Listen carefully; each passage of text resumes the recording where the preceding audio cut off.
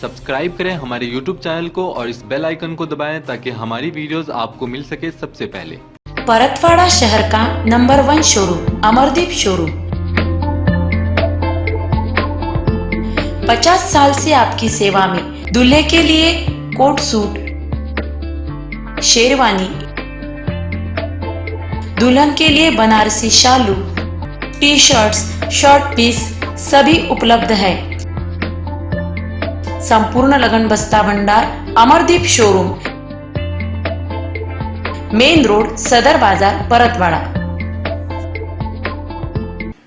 अमरावती शहरातील घटनेनंतर जिल्ह्याच्या निम्म्या भागात शांत अशांत असे वातावरण असले तरी संमिश्र वस्ती असलेल्या अचलपूर शहरात मात्र सर्व धर्मीय गुण्या गोविंदानं नांदत आहेत। येथील देवहार चौकीत एकत्र असलेल्या दर्गा हजरत पीर गैब साहेब रहमतुल्ला अले आणि श्री चक्रधर चरणांकिस्तान ओटा किसन हे त्यांचे जिवंत उदाहरण आहे।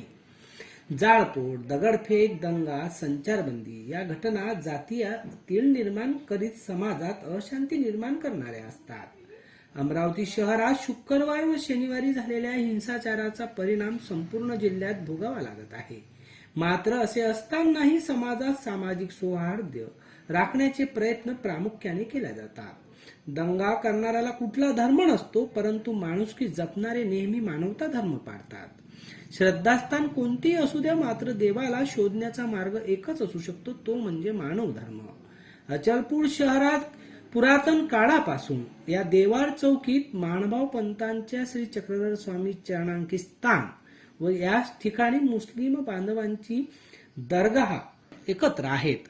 हे गेल्या अनेक वर्षापासून कुठलाच वाद या ठिकाणी नाही। देवार चौकीत अचलपूरच्या रामदरणा राजाच्या विनंतीवरून श्री चक्रधर स्वामी शहरात आले होते। तेव्हा रामदरणांच्या आवारातील देवार चौकीत ते 10 महिने मुक्कामी होते आणि अचलपूर उपजिल्हा रुग्णालयासमोरील जुना लाकूड फाटा मार्केट मागील लगतच परिसरात ही पीर गैब साहेबांची तुर्बत दर्गा आहे। अगदी त्याला लागूनच श्री चक्रधर स्वामींचे हा ओटा सुद्धा आहे। या ठिकाणी जातीय सोलोकाचा संदेश या माध्यमातून दिला जात आहे।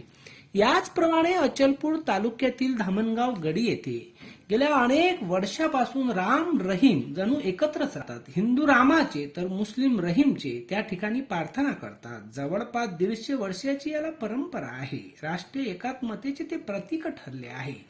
राम रहीम मंदिरात गणेश उत्सव, नवरात्र आणि मोहरम उत्साह हिंदू मुस्लिमांसह सर्व धर्मीय या ठिकाणी एकत्रित संपन्न करतात।